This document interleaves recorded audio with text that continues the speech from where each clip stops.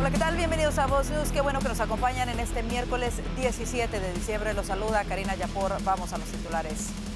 El presidente Trump ordena un bloqueo total de los buques petroleros que entran o salen de Venezuela, declarando al régimen de Nicolás Maduro una organización terrorista extranjera. Además, 4 republicanos desafían a Mike Johnson y se unen a demócratas para salvar los subsidios del Obamacare. Y el Senado aprueba por unanimidad ley bipartidista para prevenir la trata infantil y reforzar la coordinación federal. Los detalles de esto y más en Voz News, que comienza ahora.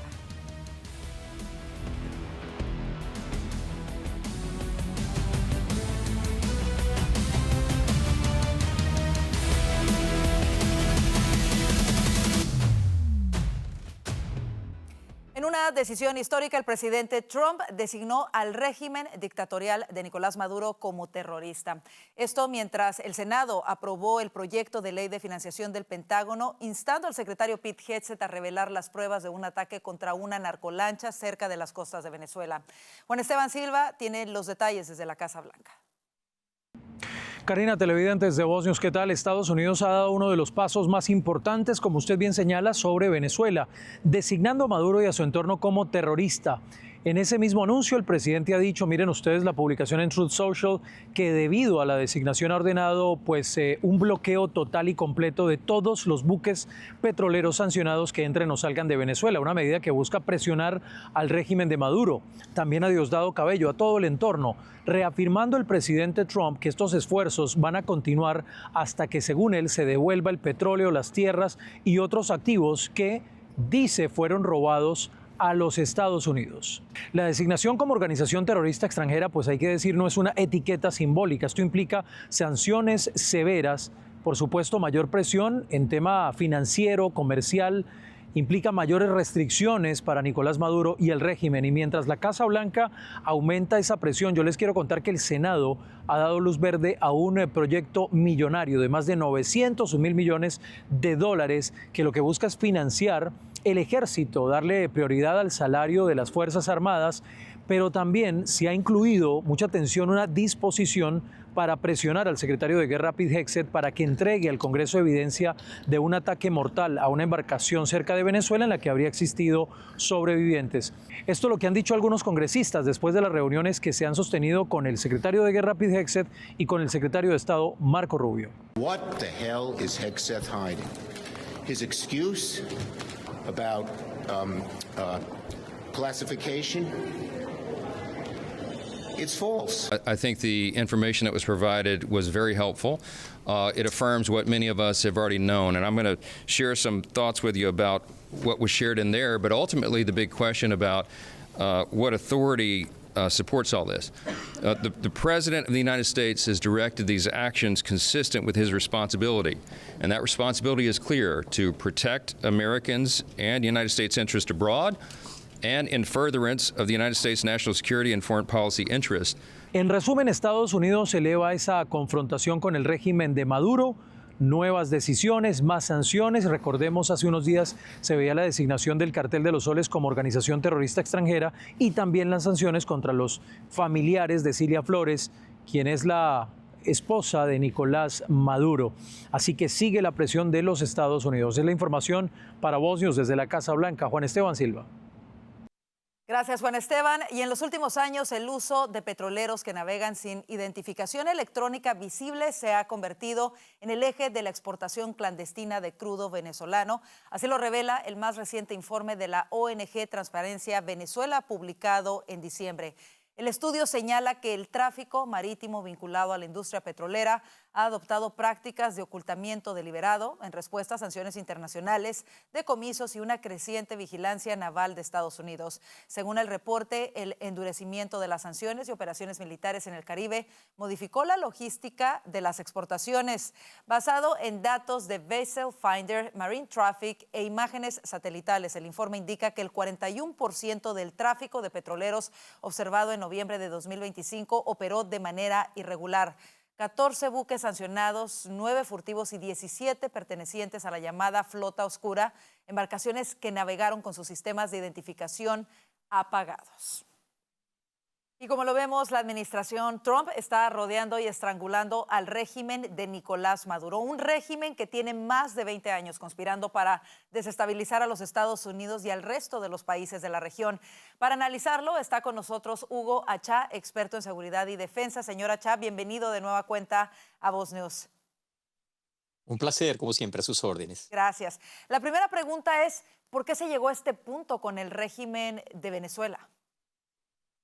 Bueno, porque este es un proceso que yo creo que hay que ser muy coherentes y darnos cuenta de que finalmente una administración del gobierno de los Estados Unidos percibe el nivel de la amenaza estratégica que significa la economía del ilícito. En contexto, esta economía mueve a escala global entre 1.6 y 2.2 trillones de dólares, de acuerdo a la fuente que usted quiera tomar.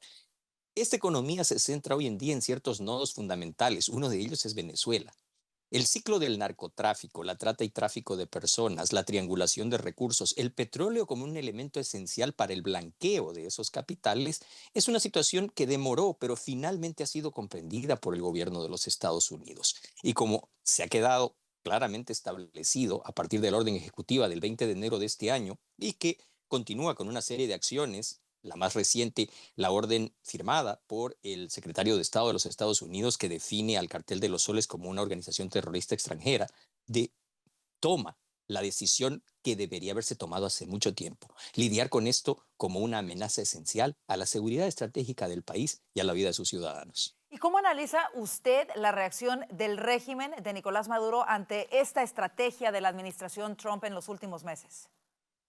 El régimen es parte de un conglomerado de lo que mi colega, la periodista venezolana Maybor Petit, define como un ecosistema criminal. Este ecosistema criminal, en el caso específico del régimen de Caracas, que es uno y lo mismo con el Cartel de los Soles, también es uno y lo mismo con el régimen de Caracas. Y hacen parte de un entramado transnacional que por un lado tiene a un conjunto de organizaciones, los carteles mexicanos, lo que se denomina la disidencia de las FARC, el ELN, una serie de organizaciones criminales en nuestro hemisferio, pero también organizaciones terroristas que tienen un impacto de naturaleza global. Ejemplos claros, Hezbollah o Hamas. Y del otro lado, adversarios de naturaleza estatal, como Rusia, China o Irán. En ese contexto, no me extraña la posición que ha adoptado el régimen, porque se le van cerrando no solamente las válvulas financieras o las válvulas políticas, sino las válvulas de una narrativa que hasta ahora había predominado y había tratado de presentar esto, vamos a usar el término en inglés, como business as usual. Y ese también creo que es un error que se está cometiendo a partir de un segmento de la representación política y democrática en los Estados Unidos. Quiero ser reiterativo. La organización criminal que usurpa el poder en Venezuela es una y la misma. No hay diferencia entre el régimen de Caracas y el Cartel de los Soles. Este punto me parece sumamente importante. Justo lo hemos visto los esfuerzos por parte de legisladores, en su mayoría demócratas, intentando frenar las acciones del presidente para hacerle frente a esta organización y a estos cárteles de la droga. Ahora, usted decía que esta administración por fin comprendió lo que representaba el régimen de Maduro, y se lo pregunto para todos aquellos que no lo han entendido. ¿Qué peligro representa el régimen de Maduro, no solo para la seguridad de Estados Unidos, sino para el resto del hemisferio? Venezuela no es simplemente un problema regional, no es un problema hemisférico, es parte de una ecuación estratégica global. El ciclo del ilícito y la economía que esto genera le ha permitido a los enemigos de los Estados Unidos compensar desventajas en el marco estratégico y a partir de ello generar acciones puntuales que están contenidos no en una opinión mía o suya, sino en testimonios y documentos que han sido presentados no solo ante el Congreso de Estados Unidos, sino que obran en tribunales federales. Las acciones delictivas, las acciones criminales, sirven para generar una logística financiera que ha intentado el minado institucional, en este sentido, generación de una crispación social y conflictos evidentes que han ocasionado daño en los Estados Unidos, la interferencia en áreas tan sencillas como el ejercicio electoral y la confiabilidad democrática, pero esto es lo más importante, en la transferencia de capacidades operativas, tácticas y en algunos casos estratégicas hacia actores hostiles a los Estados Unidos. Y desde ese punto de vista hay que entender que Venezuela no es solamente el Estado, no es solamente su riqueza, no es solo su posición geopolítica, no es solamente el ciclo del ilícito que se ha cebado y se ha concentrado en ella como en un hub, no, es una parte esencial de esta red que en lo hemisférico desde La Habana se controla para generar una guerra constante, permanente, deliberada y planificada en contra de los Estados Unidos, sino que a escala global mueve los ciclos que le permiten, por ejemplo, a la Federación Rusa evadir sanciones o a la China moverse muy cómodamente a través de una triangulación en lo operativo y financiero. ¿Quiere un ejemplo reciente? Vea lo que sucedió con el petrolero Skipper. Se nos quiere vender esto como un supuesto acto de piratería. Hagamos una pausa. La libertad de los mares y el derecho internacional público no le da a usted el derecho de triangular operaciones, blanquear capitales, lavar dineros del narcotráfico y al mismo tiempo violar sanciones. Ese petrolero no estaba en una operación normal, estaba requerido por tribunales norteamericanos en una causa por financiamiento al terrorismo. Y cierro con esto. El destino formal declarado era el puerto de Matanzas en Cuba, pero una empresa del conglomerado criminal de La Habana, Cuba Metales, ya la había revendido a operadores logísticos y operativos chinos. Esto no es interferir con operaciones comerciales normales de la navegación mundial. Esto es tratar con criminales que están intentando evadir el sistema y el marco legal del derecho internacional. Terrible de verdad y magnífico que lo ponga de esta manera tan clara para que la audiencia lo pueda entender mejor. Le preguntaría, Estados Unidos ha rodeado y está estrangulando por todos los frentes a la narcodictadura de Maduro, no solamente confiscando ahora los petroleros, sino lo ha hecho también confiscando los cargamentos de droga. ¿Qué tanto puede resistir la narcodictadura de Maduro sin estos dos ingresos? Bueno, la resistencia desde el punto de vista de establecer un marco cronológico siempre va a ser complicado, sobre todo porque hay un nivel de ansiedad, ansiedad en el sentido de requerir respuestas por parte de una sociedad hastiada, oprimida, torturada, encarcelada y vejada como es la sociedad venezolana. 9 millones de desplazados no es cosa de broma. Pero desde un punto de vista objetivo, hay que entender que las respuestas nunca son sencillas. Para los Estados Unidos, una eventual intervención siempre levantará interrogantes que una democracia se va a plantear. El tema de bajas propias, el tema de daños colaterales, el tema de responsabilidades en una presencia, cuál será la dimensión, cuál será la duración, cuál será el costo de una eventual situación de esta naturaleza o de un apoyo a un gobierno de transición. Creo que estos son los interrogantes que hoy día se plantean, pero referido a cuánto le puede quedar, me atrevería a decirle que ni a Caracas ni a La Habana le queda demasiado tiempo ni margen de maniobra, sobre todo porque cada vez más, y eso es ponderable a partir de plataformas como la suya y su actuación personal, estamos ganando la guerra de la narrativa. Ya es hora de dejar de decirle a Nicolás Maduro, presidente Maduro, ya es hora de dejar de hablar del gobierno de Venezuela, ya es hora de dejar de hablar del gobierno de Cuba, es hora de empezar a llamar a estas organizaciones como lo que son, organizaciones del crimen transnacional organizado, que no solamente son hostiles a los Estados Unidos, sino a la democracia. Así es, y a los millones de venezolanos, como usted lo dice, que tuvieron que dejar su país y están esperando que caiga esa narcodictadura para recuperar su soberanía y su libertad y su país. Queremos agradecerle muchísimo, señora Cha, por estar con nosotros y gracias a usted por sus contribuciones en esta causa también. A usted las gracias, será siempre un placer. En más información, la líder opositora venezolana y Premio Nobel de la Paz 2025, María Corina Machado, ya no se encuentra en Oslo, ciudad a la que llegó la semana pasada tras un arriesgado viaje clandestino para salir de Venezuela. La información fue confirmada en X por Pedro Urruchurtu Nocelli, coordinador de Relaciones Internacionales de Machado, quien aseguró que se encuentra bien y atiende citas médicas para su recuperación. Machado sufrió una fractura de vértebra durante su travesía hacia Noruega, donde recibió el galardón tras 11 meses en la clandestinidad. Aunque no pudo asistir a la ceremonia en la que su hija recogió el premio, sí se presentó al día siguiente ante el público, consolidándose como una de las voces más críticas contra el presidente narcodictador Nicolás Maduro. Y autoridades santuario en Washington se negaron a cumplir una orden de detención contra un camionero indocumentado de origen indio que ocasionó un accidente mortal, así lo denunció el Departamento de Seguridad Nacional y el Servicio de Inmigración y Control de Aduanas. Kamal Preet Singh fue liberado pese a estar implicado en un accidente mortal ocurrido el 11 de diciembre en una autopista del estado. Según reportes, no desaceleró y chocó contra otro vehículo, provocando el incendio en el que murió el conductor Robert Pearson, de 29 años. Singh había ingresado ilegalmente al país en 2023 por Arizona y fue liberado por la administración Biden. La subsecretaria Tricia McLaughlin advirtió que las políticas santuario tienen consecuencias mortales y exigió priorizar la seguridad pública de los estadounidenses. Autoridades señalan un patrón creciente de inmigrantes indocumentados involucrados en accidentes con vehículos comerciales. En más información, el Senado aprobó por unanimidad la Ley de Prevención de la Trata de Niños, una iniciativa bipartidista que busca reforzar la coordinación entre el Departamento de Justicia y el Departamento de Salud y Servicios Humanos para combatir la explotación y el tráfico de menores. El proyecto fue impulsado por el republicano Chuck Grassley y el demócrata Jon Ossoff, retomando una propuesta que ya había sido respaldada unánimemente en el Congreso anterior. La legislación obliga a ambas agencias a implementar las recomendaciones emitidas en 2023 por la Oficina de Responsabilidad del Gobierno, que detectó fallas en la comunicación interinstitucional y sugirió medidas para mejorar la detección y respuesta ante casos de trata infantil. Con la aprobación en el Senado, la iniciativa pasa ahora a la Cámara de Representantes y, de ser avalada, será enviada al presidente Donald Trump para su promulgación. Y un grupo de 4 republicanos se unió a los demócratas en la Cámara de Representantes para forzar la votación de la extensión de los subsidios para los seguros de salud. Hasta el momento no se ha llevado a cabo la votación final de la propuesta republicana, ya que las discusiones se extendieron en el Pleno de la Cámara durante todo el día. Vanessa Vallejo tiene lo último. 4 republicanos se unieron a todos los demócratas para apoyar una petición de votación que busca forzar la votación en el Pleno de la Cámara de Representantes de la extensión a los subsidios del Obamacare.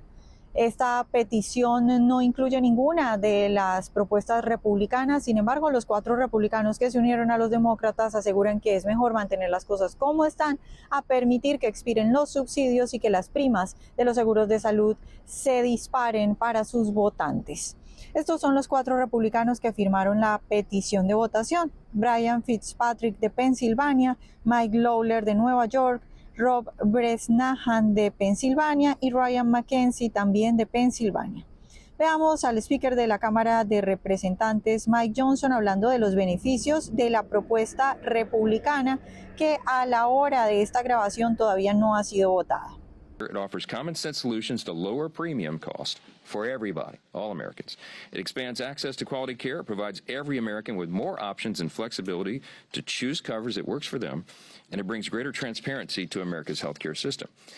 Pues el plan de los republicanos ampliaría los planes de salud de asociación en los que varios empleadores se unen para adquirir cobertura y reducir los costos de los beneficios. También financiaría los pagos de reducción de costos compartidos destinados a reducir las primas para algunos afiliados de los mercados de la Ley de Cuidado de Salud Asequible y exigiría mayor transparencia a los administradores de beneficios farmacéuticos con el fin de reducir los costos de los medicamentos. Sin embargo, algunos republicanos que están en distritos y en estados púrpura siguen preocupados con la terminación de los subsidios al Obamacare. Veamos, por ejemplo, al republicano Mike Lawler explicando cómo fallaron las negociaciones dentro del partido y por qué terminó votando con los demócratas.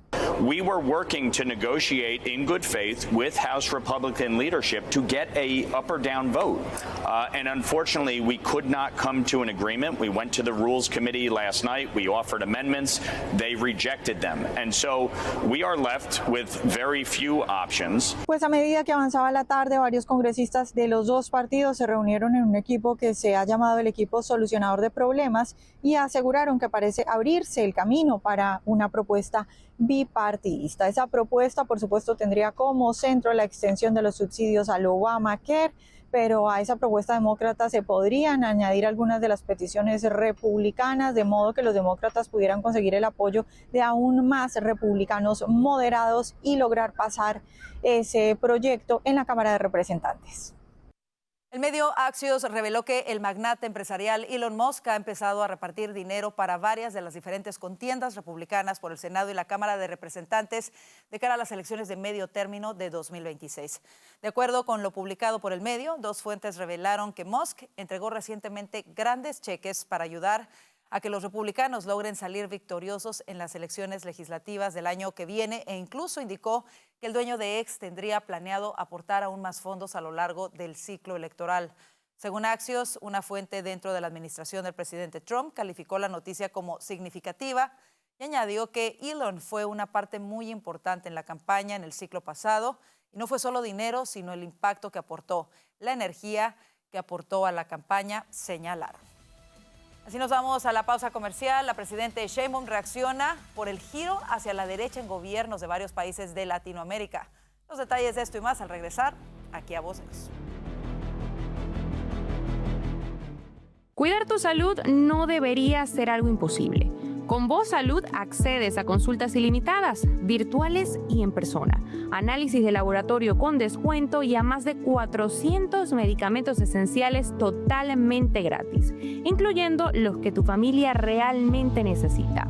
Todo desde solo $1 al día. Atención médica real sin complicaciones. Visita salud.voz.us y empieza a cuidarte hoy mismo.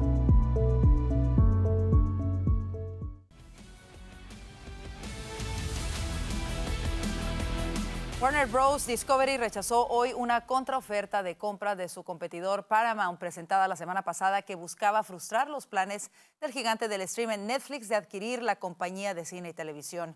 En un comunicado, Warner Bros. Discovery afirmó que su consejo de administración determinó por unanimidad que la oferta de Paramount no responde a los intereses de su compañía.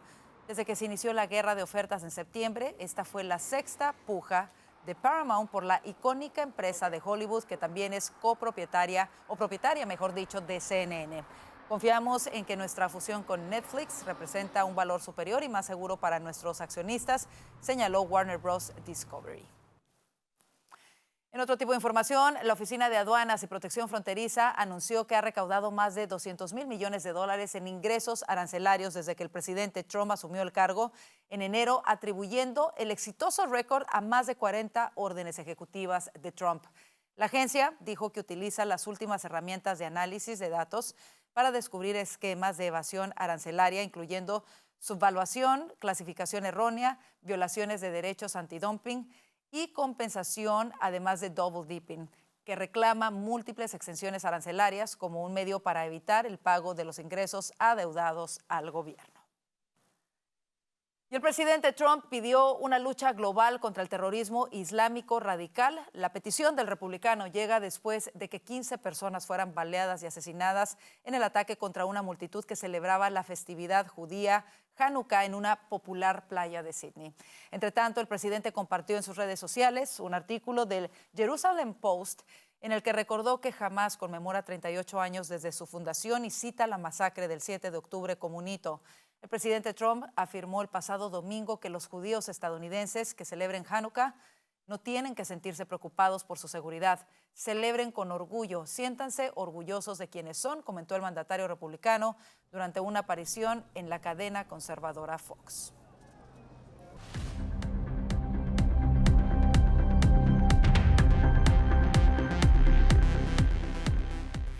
En medio de la tensión internacional, la presidenta Claudia Sheinbaum fija postura sobre Venezuela y lanza un mensaje directo a Washington. México no respaldará intervenciones extranjeras. Alejandro Roldán tiene el reporte desde Ciudad de México. Así es, Karina, y es un gusto saludarte. Y antes de que abordara cualquier otro tema, la presidenta de México, Claudia Sheinbaum, desde Palacio Nacional se solidarizó con el gobierno de Venezuela luego de que el presidente de los Estados Unidos, Donald Trump, declarara al régimen de Nicolás Maduro como una organización terrorista extranjera. La posición de México siempre debe ser no a la intervención, no a la injerencia extranjera, solución pacífica de los conflictos y diálogo por la paz. Sheinbaum afirmó que esta postura debe de mantenerse más allá de la opinión que se tenga sobre el régimen venezolano, que de acuerdo con el Servicio de Investigación del Congreso de los Estados Unidos, en su informe más reciente señala que en 2024 el 73.2% de la población de Venezuela vivía en situación de pobreza. En ese sentido, creo que hay una unanimidad de los regímenes democráticos respetuosos del derecho internacional de una no intervención. Ahora, una cosa es la parte formal y otra es la que muchos regímenes digan al interior de sus oficinas. Y yo te puedo decir el caso de Colombia, de Chile, de países receptores de la migración venezolana que se ha convertido ya en un problema de seguridad, porque así lo han hecho ver. Por otro lado, luego de las elecciones presidenciales en Chile, José Antonio Kast fue felicitado por la presidenta mexicana. Sin embargo, Sheinbaum aseguró que un cambio de régimen no ocurrirá en México. A mí me parece un poco desafortunada, porque eso se llama alternancia. Cambiar de régimen es la democracia, es el poder del voto de la gente. Ahora ella lo dice que porque su gobierno va muy bien, lo explicó, que tiene, que ha cumplido las promesas, etcétera, pero que no vaya a pasar. ¿Por qué no? ¿Por qué no? Si esa es la lógica de la democracia, de la participación ciudadana, el voto de castigo. Para algunos analistas, apelar al principio de no intervención en el caso venezolano representa un riesgo, especialmente ante la cuestionada relación entre México y los Estados Unidos. Esta es la información desde la Ciudad de México para Voz News, Alejandro Rolten. Escucha esto, un tribunal en Venezuela condenó a 6 años de cárcel y 4 de trabajo comunitario a un joven de 17 años acusado de terrorismo por llevar ropa que las autoridades estimaron la de un manifestante opositor. Así lo informó este miércoles una organización de defensa de presos por razones políticas. Gabriel Rodríguez enfrentaba los cargos de terrorismo, incitación al odio y cierre de vías públicas, informó el Comité por la Libertad de los Presos Políticos. Él fue detenido el 9 de enero cuando la oposición marchó contra la fraudulenta juramentación de Nicolás Maduro. Ni siquiera estaba participando en ninguna protesta, simplemente iba pasando y la vestimenta les llamó la atención a los funcionarios del Estado. Se lo llevaron y lo involucraron en un caso en el que no tiene nada que ver, dijo a la agencia AFP Andreina Baduel, integrante de la organización defensora.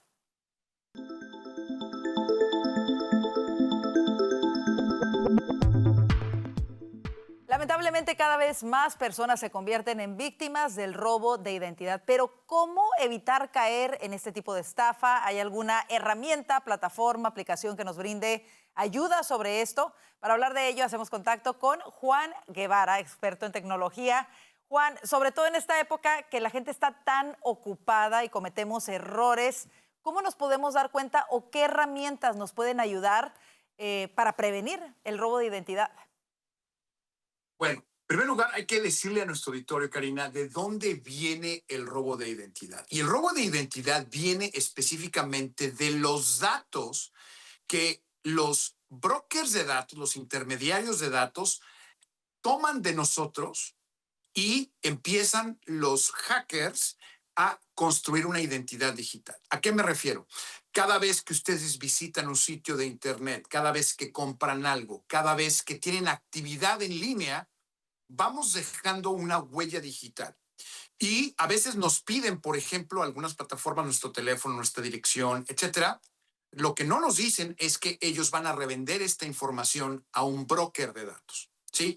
Y de ahí viene el tema del robo de identidad, porque si yo puedo comprarle a estos brokers de datos, lo cual la venta de nuestros datos, cuando nosotros los damos de una manera voluntaria, es legal en los Estados Unidos, todo lo que tiene que hacer una persona es buscar esta información y poco a poco ir construyendo una identidad en nosotros, de manera que cuando recibimos una llamada fraudulenta y nos dicen, no es que tú compraste esto, o tú tienes esta dirección, o tienes este teléfono, nos hacen sentir que saben de lo que están hablando, claro, es cuando caemos.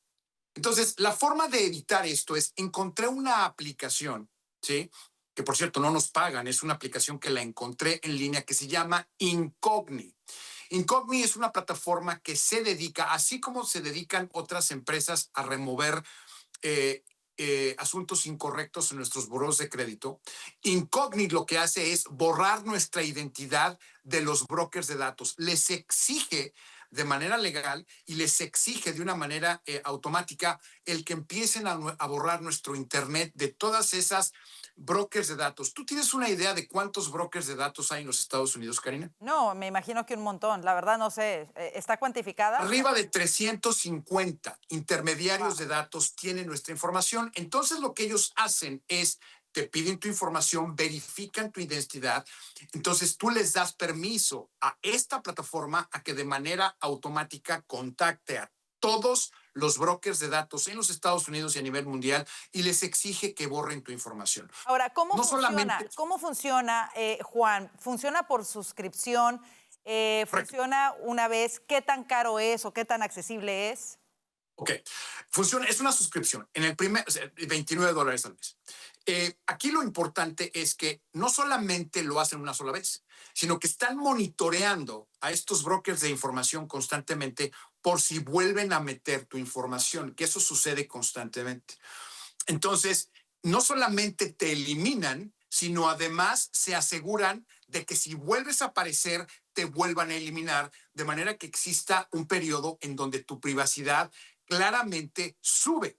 ¿Por qué? Porque entonces les prohíben el que puedan volver a meter tu identidad, porque primero se comprometen a suprimirla y segundo, si vuelven a hacer este tipo de falla, ellos constantemente están monitoreando a estos brokers de datos, que son 357 de hecho, y están constantemente exigiéndoles que vuelvan a, Claro. a eliminar tu identidad. Oye, Y pues eso buenísimo. es muy importante. No, claro, buenísimo, porque la verdad es que uno ni se da cuenta. Ahora, además de esta herramienta incógnita, ¿qué pasos sencillos podemos tomar para tratar de que se comparta la menos información? Por ejemplo, cuando nos aparece que si apruebas los cookies. Sabemos que hay algunos que son, la gente está tan apurada que le pone sí a todo. Sí. Yo, por lo particular, le pongo, siempre me voy y pongo únicamente los necesarios, porque sé que hay algunos que son estrictamente necesarios. ¿Es esa la mejor opción que podemos seleccionar?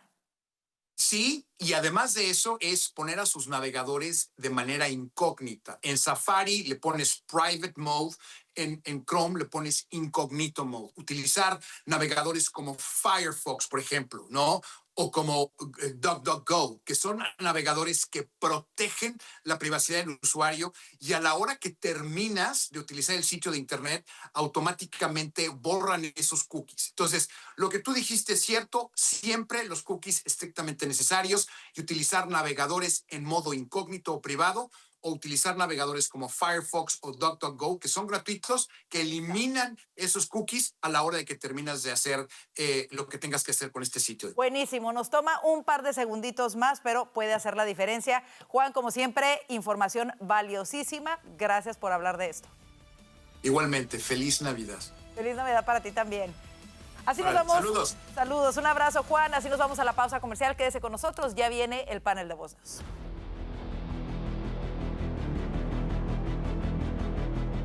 Si estás pasando por ansiedad o depresión, no tienes que enfrentarlo sola.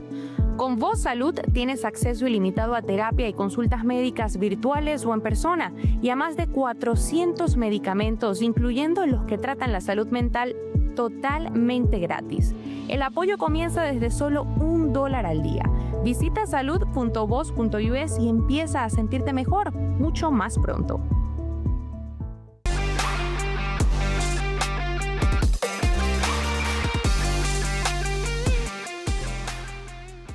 El presidente Donald Trump designó al régimen de Nicolás Maduro como organización terrorista extranjera y el Senado aprobó también la ley de financiamiento del Pentágono, presionando al secretario Pete Hegseth a revelar pruebas de los ataques contra las narcolanchas cerca de Venezuela. Para analizar todo esto, le damos la bienvenida a Alfonso Aguilar, abogado y analista político de Voz, a Orlando Avendaño, periodista y analista político de Voz, y a Franklin Camargo, analista político de Voz.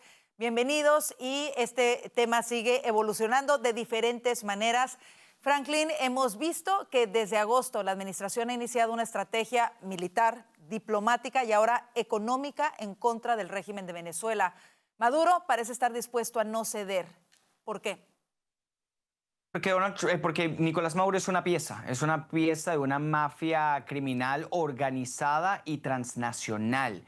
Al final, y bien lo reportaba incluso un artículo de Axios hace un par de semanas atrás, Nicolás Maduro incluso recibe presiones, no solamente de Estados Unidos para que abandone el poder, también recibe presiones de su propia cúpula para que se mantenga en el poder bajo toda costa.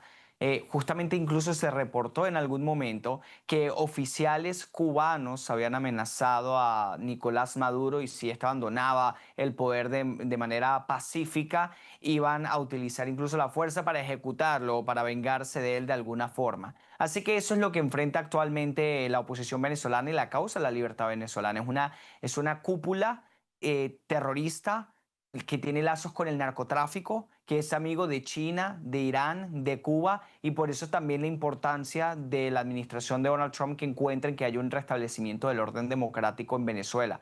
Aquí la pregunta que obviamente surge es, ¿a qué costo o a qué precio? No solamente para Maduro, sino incluso para las personas que lo rodean. Cuando se está cortando el narcotráfico, cuando incluso se están incautando las embarcaciones de petróleo que han sido sancionadas por los Estados Unidos, cuando, como lo decía Donald Trump, están rodeados militarmente como nunca antes habían estado rodeados, es decir, cuál incluso termina siendo el incentivo para mantenerse en el poder o para ser un aliado de Maduro a toda costa. Esa es la pregunta que hoy surge. No es fácil el tema de la libertad de Venezuela, en el sentido de que es lo que todos aspiramos, es lo que ansiamos. Actualmente esa causa tiene al aliado más importante y poderoso del mundo, que es los Estados Unidos, pero no se puede subestimar la naturaleza del régimen de Nicolás Maduro y su capacidad para sobrevivir, porque al final es lo que él está intentando hacer en estos momentos. Claro. Justo el día de hoy, el diario The New York Times da a conocer que la narcodictadura de Maduro ha ordenado escoltar a los buques petroleros ante precisamente las acciones que está tomando Estados Unidos. Orlando, ¿cómo lo ves y si crees que esto puede desencadenar un conflicto en aguas internacionales directamente con la Fuerza Armada, no de Venezuela, sino de la narcodictadura? Bueno, sí, esto es un desafío militar directo a la decisión del presidente Trump de aplicar las sanciones petroleras, advirtiendo con incautar cualquier tanquero sancionado que tome el petróleo venezolano y pretenda salir del país. Que se trata de eso. Esto es un bloqueo, pero es un bloqueo parcial, en el sentido de que los tanqueros no sancionados y empresas como Chevron pueden seguir operando libremente, pero todos los tanqueros sancionados están expuestos a la incautación por parte de Estados Unidos. Ahora, el régimen ha decidido tomar una decisión completamente arriesgada y desafiante, que es escoltar los tanqueros sancionados, y esto arriesga sin duda alguna la posibilidad de un enfrentamiento. Yo creo que el régimen lo viene evitando desde hace muchas semanas y meses. Desde hace mucho tiempo hemos visto las provocaciones por parte de Estados Unidos, incluso aviones de combate han ingresado en territorio venezolano y el régimen no ha hecho nada precisamente porque teme caer en un conflicto con Estados Unidos. Ahora, el punto es que el tema petrolero es particularmente sensible para el régimen y si permite que caiga la exportación de petróleos en un 40% aproximadamente, que es lo que representan estos buques fantasmas y los sancionados, eso sería letal para la economía del régimen. Y esa es la economía que le permite a Maduro mantener las lealtades con las que el sistema reprime, agrede a la oposición y logra el control territorial. Si no puede comprar esas lealtades, se desmorona el sistema. Y ese es el riesgo que hoy está atravesando Nicolás Maduro. Por supuesto. Y no solamente que se va a detener los ingresos a través de estos buques fantasmas, sino ya han caído los ingresos del cártel de los soles con los decomisos y las acciones que ha tomado esta administración en contra de las narcoembarcaciones en el Caribe. El día de hoy, por cierto, se aprobó el plan de gastos del Pentágono, pero los demócratas siguen presionando al secretario de Guerra, Pete Hegseth, para que revele las pruebas del segundo ataque a una de estas narcolanchas. Alfonso, ¿en qué va a terminar todo esto? Estas últimas acciones, ¿crees que se va a dar un enfrentamiento entre el régimen de Maduro, ahora que estarán escoltando a estos buques, y el ejército estadounidense? ¿Y cómo va a reaccionar la administración ante la presión de los demócratas? Mira, el régimen de Maduro la tiene muy difícil por la encerrona que le ha hecho Trump ahora con este bloqueo. Pero creo que Franklin dice algo muy interesante. O sea, ya se le han dado oportunidades para él y sus compadres salir de Venezuela, ¿verdad? Ir a Bielorrusia, que si Turquía, etcétera. Eso parece que ha sido descartado. Y es que, efectivamente, se decía que había más de 40.000 agentes cubanos en Venezuela. El régimen cubano depende casi exclusivamente de Venezuela. Yo creo que ellos quieren que los venezolanos, que el régimen se mantenga en pie. Y yo creo que la apuesta entonces es tratar de sobrevivir esto de alguna manera, que se den ataques militares aéreos, que incluso pueda haber un hundimiento de un barco, sacan la Marina a acompañar un carguero de estos petroleros y pues efectivamente, si Estados Unidos trata de pararlo y el barco venezolano de la Marina venezolana es agresivo, pues muy bien lo pueden hundir. Y quizás eso es lo que busca Maduro para crear algo de escándalo y apoyo en la comunidad internacional, pero con todo, con el objetivo de tratar de sobrevivir. Yo creo que ellos saben que Estados Unidos va a ser agresivo, pero ellos piensan que ellos confían en que Trump no va a enviar tropas, que quizás sean solamente ataques cinéticos, quirúrgicos, posiblemente hundir barcos y matar venezolanos, pero no la cúpula del narcorrégimen, ¿verdad? Entonces yo creo que esa es la apuesta. Entonces por eso Estados Unidos tiene que ser muy inteligentes, tienen que tener una estrategia muy buena de que cualquier cosa que hagan lleve a debilitar al régimen y a un colapso.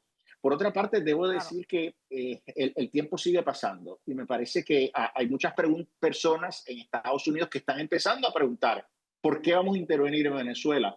Me parece que mientras más tiempo pase, se le pueden hacer las cosas más difíciles al presidente en Estados Unidos. Yo creo que es importante que actúe rápido y también que dé un mensaje rápido, expresando por qué es tan importante, explicándole al público por qué es tan importante intervenir militarmente en Venezuela. Pero creo que mientras más tiempo pase, más ayuda a Maduro y menos a la causa de Trump en Venezuela.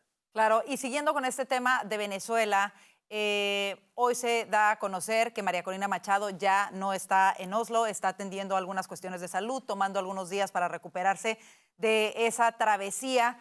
Pero también se da a conocer algo que a mí me llama muchísimo la atención y quisiera preguntarte sobre ello, Franklin. El fundador de Wikileaks, Julian Assange, está demandando al panel que otorga el Premio Nobel de la Paz, diciendo que no deberían de habérselo otorgado a María Corina Machado. Quisiera escuchar rápidamente tu punto de vista sobre esto. Un grandísimo elogio. Cuando tú ves los principales detractores de que este premio se le haya otorgado a María Corina Machado, solamente puedes tener una sonrisa en el rostro y decir, ¿sabes qué? Efectivamente hicieron lo correcto. A pesar de que este premio, cierto, ha perdido cierto prestigio, en mi opinión es sumamente progresista, excesivamente progresista, pero en esta oportunidad hicieron lo correcto porque María Corina Machado representa, primero, efectivamente, la lucha pacífica y segundo, contra un régimen autoritario que el mundo y Occidente incluso subestimó por un largo periodo de tiempo. Quienes aquellos que les gusta defender el régimen ruso y a Putin, les gusta defender a Irán, les gusta defender a China, son en su mayoría también antisemitas o antisionistas, que sean ellos justamente quienes sean los principales voceros en contra de que este premio se le haya otorgado a María Corina Machado, solo confirma que hicieron lo correcto. Qué bueno que Petro, de hecho, no esté de acuerdo con este premio, que los izquierdistas en Chile o en Argentina tampoco estén de acuerdo, que Podemos, Pablo Iglesias, que no esté de acuerdo. Estaría yo preocupado, me cuestionaría a mí mismo si sale Pablo Iglesias o sale una persona de izquierda de esta naturaleza a apoyar este premio. Ahí es donde yo me cuestionaría y diría, oye, ¿será que estoy del lado correcto? Pero no, esto es un ejemplo más de quienes que se oponen a este premio Nobel de la Paz a María Corina Machado son lo peor de la política, los amantes de dictadores, de autoritarismo y de regímenes sumamente totalitarios que oprimen al individuo. Y justo, Orlando, tú regresaste hace unos días de Oslo, Noruega, en donde María Corina, su hija recibió el Premio Nobel de la Paz. Ella llegó posteriormente. ¿Qué nos puedes compartir de cómo se vivió este momento histórico, quizá de lo que no se vio, de lo que nadie más vio? Muy emocionante, muy emocionante. Creo que todos estábamos muy conmovidos por lo que estábamos viviendo, no solamente porque es un hecho histórico de por sí para Venezuela y para el mundo, la entrega de un Nobel de la Paz, por más que, como coincido con Franklin, se ha desprestigiado en parte por algunas elecciones en el pasado. Yo creo que con la entrega a María Corina Machado se ha dignificado. Y no hay duda, Trump lo quería. Julian Assange es alguien que ha cabildeado por el Nobel de la Paz por años, o sea que en el fondo yo creo que lo que siente es envidia. Es decir, sí, es un premio que algunos ven con escepticismo, pero que en el fondo todos quieren. y en el fondo se sabe que es el mayor reconocimiento internacional que se le puede dar a una persona en el mundo. Entonces, obviamente llena de orgullo, pero es que además en este caso estuvo determinado por esa condición sui generis que es la situación de Venezuela. María Corina Machado no pudo llegar a recibir el premio, lo recibió su hija, emitió su discurso, además de una manera magistral, pero llegó esa noche, luego de una travesía impresionante, hollywoodesca, de la que algún día se sabrán todos los detalles. Lo hizo recibiendo y abrazando a los venezolanos a las 4 de la mañana en Oslo, en un frío implacable en la calle, luego de pasar horas, días sin dormir. Eso no lo tiene ningún otro Nobel de la Paz. Es verdad, anualmente se entrega un Nobel de la Paz, pero estoy seguro que los noruegos y el mundo entero jamás van a olvidar esta entrega del Nobel de la Paz. Claro, literalmente arriesgando su vida, ¿no? Literalmente tuvo que arriesgar su vida para poder llegar y recibirlo. Claro, puso la vida en riesgo para recibirlo, pero además, que para mí es lo más importante, y fue lo que pudimos ver ahí, para reencontrarse con su familia y sus amigos. María Corina Machado venía de 16 meses de una implacable clandestinidad, pero María Corina Machado tenía, o tiene, porque todavía en teoría no puede salir del país, más de 11 años con una prohibición de salida de Venezuela. No se puede montar en un avión. Ella no conocía a sus nueras, no conocía primos, no conocía sobrinos. Finalmente pudo reencontrarse con la familia luego de tanto tiempo y eso es muy gratificante. Qué fuerte, de verdad. Y además nos enteramos que recientemente que sufrió una lesión, aún así, me imagino se aguantó el dolor, llegó a abrazar a la gente, como tú lo dices. Rápidamente, compañeros, si ustedes tienen preguntas para Orlando también sobre esta experiencia. Yo tengo una.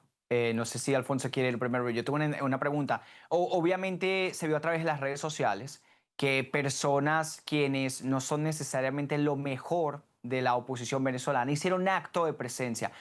Sin mencionar ningún tipo de nombre necesariamente porque las personas saben de quiénes estamos hablando, ¿cómo se vivió eso en persona? Porque siempre hay un grupito que primero siempre hablaron mal de María Corina, siempre la buscaron desprestigiar, a ella la llamaban, y perdónenme por esta palabra, la llamaban la loca de la oposición, así le decían, pero ahora querían una foto con ella y querían estar al lado de ella. ¿Cómo se vivió eso en persona? Sí, a ver, fue notable, todos sabemos de quiénes estamos hablando y yo creo que eso es algo que ha logrado la figura de María Corina Machado, que es que todo el mundo se ha condicionado a ella, todo el mundo sabe que tiene que estar con ella porque de lo contrario va a ser repudiada por el país y la gente se da cuenta, hubo creo que algunas personas que se veían que estaban desencajadas, descolocadas, que no correspondían al espacio, un espacio de emoción, de celebración muy íntimo además, eran su familia, sus amigos, la gente allegada, y esta gente, algunos, yo creo que un par de personas, no nada significativo, creo que se notaba que no desentonaban por completo. Pero bueno, ya llegará el momento, y eventualmente lo hará, porque el venezolano no puede olvidar de pues hacer las cuentas, ¿no? Con quien no ha hecho lo correcto y no ha estado a la altura de la situación de Venezuela. Alfonso, cerramos. ¿Algún comentario o pregunta tuya? Bueno, pregúntanos percepción sobre esto, porque realmente no sé de quién están hablando, me parece que es algo muy venezolano, pero recuerden que el mundo está viendo esto, no solo los venezolanos, y siempre hay una percepción de mucha falta de unidad en la oposición venezolana, y estos son momentos para crecerse, momentos para demostrar que irrespectivamente de las diferencias políticas, de táctica, de lo que haya hecho uno, haya hecho el otro, quién es más antimaduro o menos, lo importante aquí es demostrar unidad, porque lo que demuestra Oslo es un compromiso con la causa de Venezuela, de la libertad de Venezuela. Por eso es que todo el mundo está apoyando a María Corina. O sea, el reconocimiento a María Corina, igual que una posible intervención de Estados Unidos, no son esfuerzos pro Corina, son esfuerzos, María Corina, son esfuerzos pro Venezuela, y lo que se quiere es que Venezuela logre su libertad y regrese a la democracia, y entonces que se dé un debate vigoroso y robusto. Por eso les digo a los venezolanos, porque sé que muchos dijeron, no, que esto estaban presentes, que estaban buscando. Francamente, yo creo que lo importante en este momento es demostrar unidad entre todos los que se oponen a Maduro y que se logre un regreso a la democracia y ya que el pueblo decida el resto. Yo estoy de acuerdo en que va a haber una unión para quienes se oponen a Maduro. El tema es que hay personas que se oponen a Maduro solamente en nombre. Pero ¿quiénes son? No sé, yo no sé, quizás estoy de acuerdo contigo, pero como Mira, no creo que nuestra audiencia sepa de quién estamos hablando. no, mira, gran parte de la clase política venezolana y algunos que tuvieron acto de presencia allí.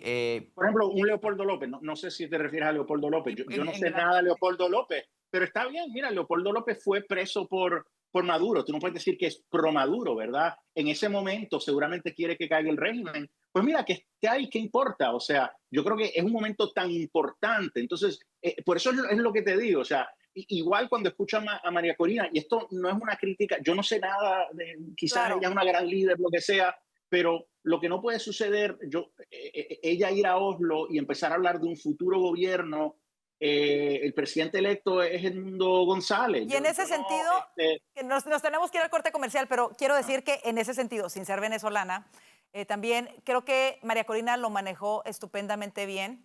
Creo que a pesar de que algunas de estas personas que le han atacado a ella o a su familia sin considerar todo el sufrimiento y esfuerzo por el que ha pasado, especialmente el último año, tuvo la decencia y la diplomacia de escucharles, de incluso recibirles el abrazo. Y como tú dices, después se tendrán que rendir cuentas, las que sean, que yo las desconozco también, pero me parece que en general lo manejó bastante bien. Y veremos mi opinión quién humilde. Tiene María Corina, que yo no sé ideológicamente qué es lo que ella piensa sobre algunos temas. Ella está hablando de un futuro de Venezuela, etcétera. Ya veremos. Sí, un pequeño comentario con eso. Yo creo que María Corina es la figura con mayor autoridad que hay en toda Venezuela para hablar del futuro de Venezuela. Edmundo González Urrutia es el presidente gracias a ella y yo creo que anda en una sintonía perfecta con ella, pero sin duda alguna esto es un proceso que está condicionado a ella y desestimar eso es ser completamente mezquino porque ella es la que ha construido. Nadie lo está desestimando, Orlando, pero tampoco podemos dejarnos llevar aquí por coronarla a ella.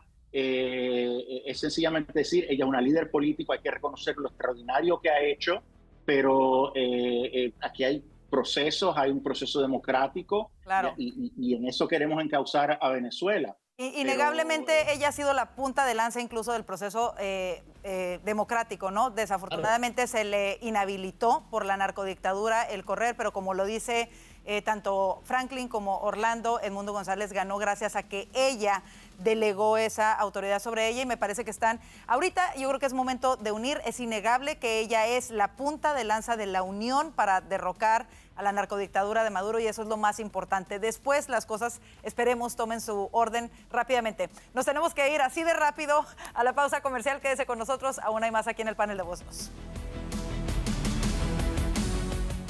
Llevar a tu familia al médico no debería costar tanto. Con Voz Salud, toda tu familia recibe atención ilimitada, virtual o presencial, y más de 400 medicamentos genéricos totalmente gratis. Desde un simple resfriado hasta el manejo de enfermedades crónicas, todo está cubierto, desde solo $1 al día. Visita salud.voz.us y protege la salud de tu familia hoy mismo.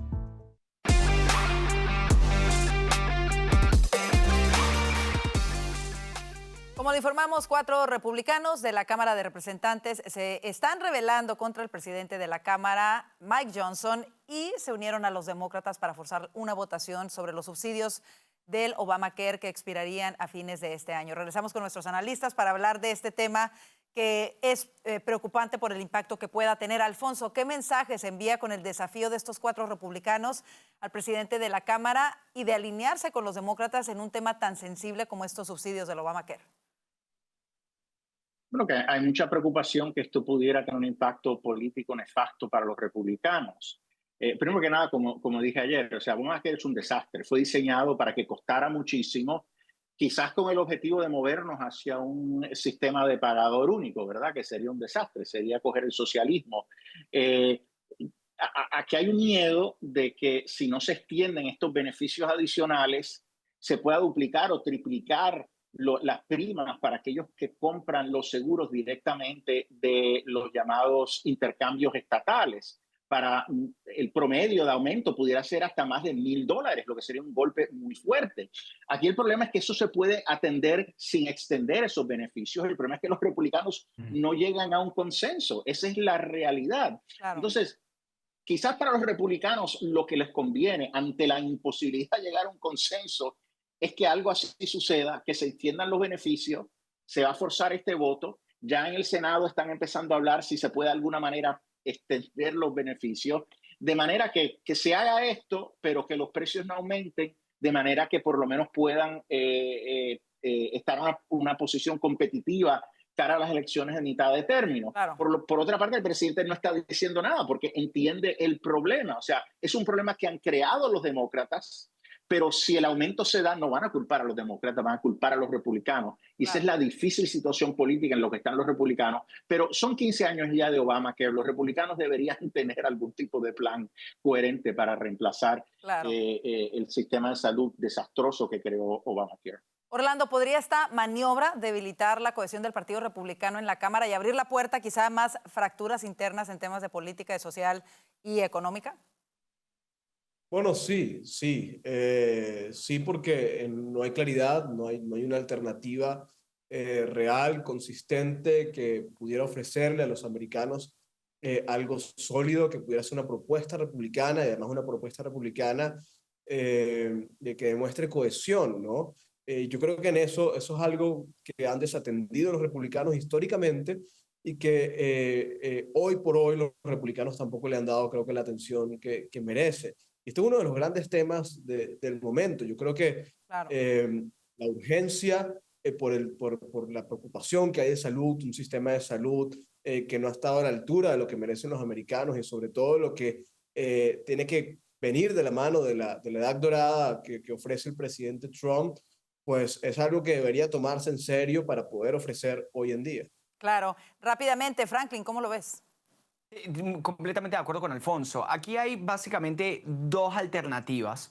Una está, o bueno, de hecho hay más de dos, pero dos alternativas principales. Una está en renovar los subsidios, lo cual sería pésimo, obviamente, porque Obamacare ha fallado rotundamente en sus principales objetivos, al menos como se vendió.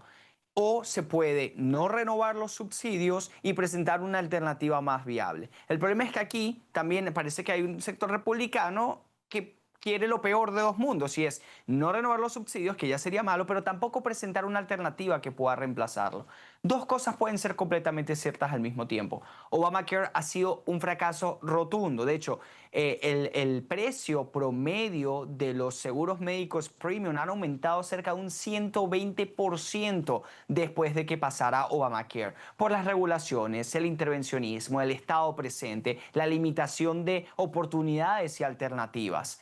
Pero al mismo tiempo, si vas a reemplazarlo, tienes que reemplazarlo con algo, porque obviamente debe existir un alivio. Algo que sea, por ejemplo, en sintonía con los ideales conservadores y con las ideas que funcionan. El sector privado, obviamente, menos intervencionismo, menos impuestos, menos regulaciones, para así disminuir los costos. Entonces es un tema complicado, y lo peor que pudiese pasar políticamente es que no se renovaran los subsidios, pero tampoco presentas una alternativa. Eso sería lo peor en términos políticos. Vamos a ver qué sucede con eso. No es un tema fácil, nada fácil para los republicanos. Vámonos rápidamente a este otro tema porque ha generado todo tipo de reacciones. Las nuevas placas conmemorativas de los presidentes en la Casa Blanca. Y básicamente la Casa Blanca lo que ha hecho es agregar unas placas conmemorativas en donde generalmente se destacan las cualidades de los presidentes de Estados Unidos, pero en este caso también se agregan cosas, valga la pena decir, que son ciertas, pero que quizá no son políticamente correctas. Y comienzo contigo, Alfonso. ¿Qué piensas de estas nuevas descripciones en las placas y cuál te ha llamado más la atención?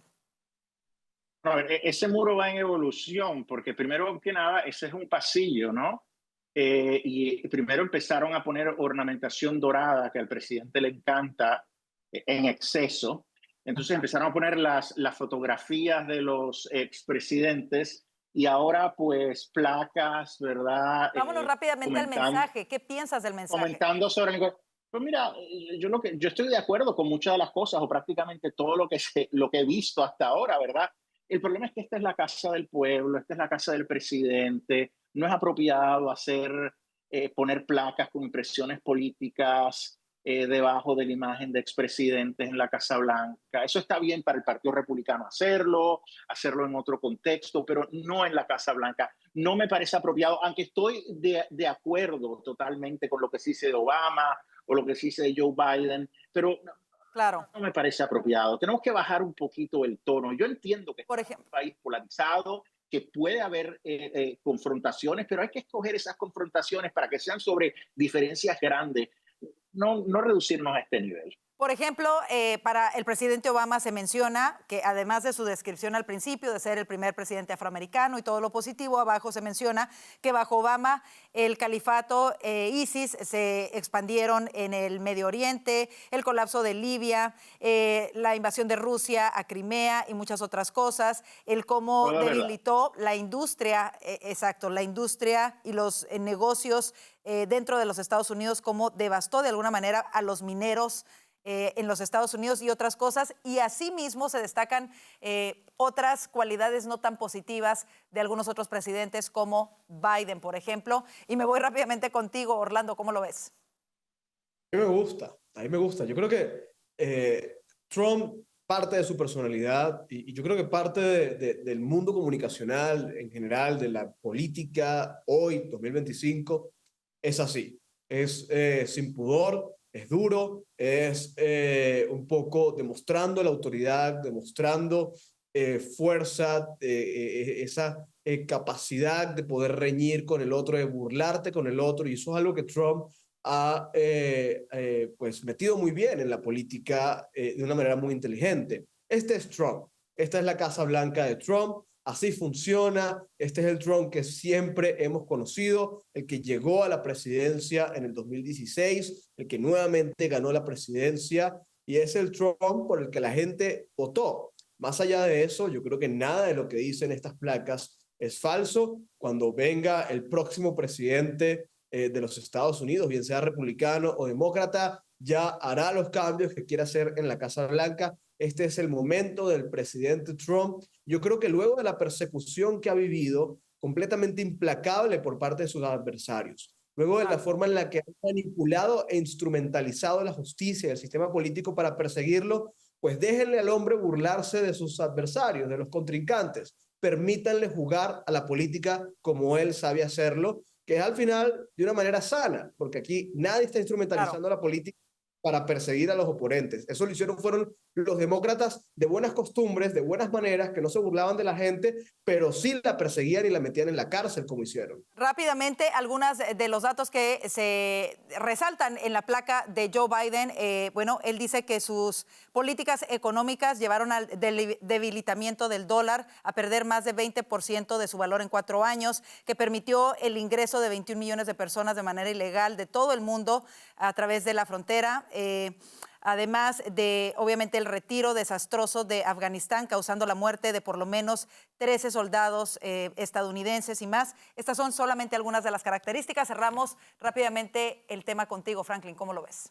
Bien, en su mayoría son verdades y cosas con las cuales estoy completamente de acuerdo. La pregunta es, ¿se debería utilizar la institución de la Casa Blanca, la Casa de los estadounidenses y además los fondos de los contribuyentes para esta propaganda política? ¿Por qué es propaganda política? Por más que sean hechos, obviamente el diseño no es honesto en cuanto a la biografía de un presidente. Mira, yo estoy completamente de acuerdo con lo que eso dice, pero sí tengo problema cuando se utiliza la institución para ello. Así como tengo problema para que se utilice la Casa Blanca y ondear una bandera gay, porque creo que la única bandera que se debería ondear en la Casa Blanca es la bandera de los Estados Unidos, también tengo problema con que se utilice esa institución que para mí incluso es simbólica, sagrada, importante para cosas que no sean lo menos partidistas posibles. Trump debería hacerlo en sus hoteles, que lo publiquen en el Truth Social, que regalen flyers y se los regalen a todas las personas en sus meetings políticos, en su museo, en todo lo que él quiera,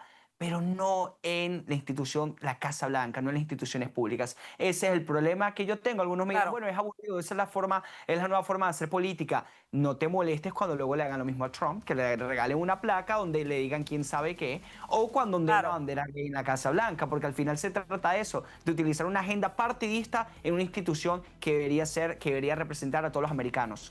No por sus tendencias políticas, sino por ser americanos. Con eso nos despedimos, se nos terminó el tiempo. Como siempre, un gustazo tenerlos con nosotros. Gracias, Alfonso Aguilar, Franklin Camargo y Orlando Avendaño. Y gracias a ustedes por su preferencia. Ustedes también pueden opinar. Vayan ahora mismo a nuestras redes sociales que aparecen aquí en pantalla y déjenos sus comentarios sobre todos estos temas. Y muy importante, suscríbase a nuestro canal de YouTube. Nos encuentra como @VozMedia. Que tenga excelente noche. Si Dios lo permite, le esperamos mañana. Bendiciones.